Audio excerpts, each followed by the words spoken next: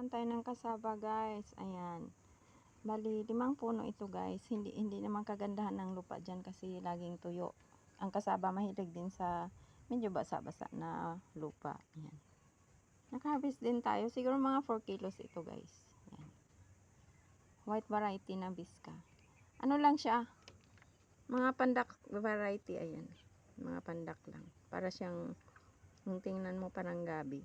Ayan. Madali siya ang harvestin kasi paibabaw siya, hindi siya pailalim. Tapos patag na patag lang.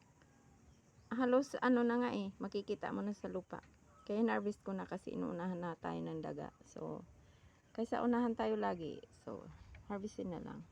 Tapos may ibang variety din siya. Ito, maputi na mahaba. Yan. Mahaba. Yan. Thank you so much guys for watching. Sana ma-inspire ko kayo magtanim-tanim guys. Ito, ang kasaba guys, ililibing mo lang siyang pakaw, mga isang dangkal na pakaw. Ang pagkalibing mo mga 2 inches lang. Tapos iwanan mo na. After 3, 4, 5 months, depende sa ganda ng lupa, maka-harvest ka na.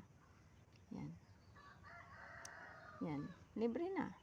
Diba? Kaysa pabayaan mo yung lupa na nakatiwangwang. Thank you so much guys for watching. I hope you will subscribe.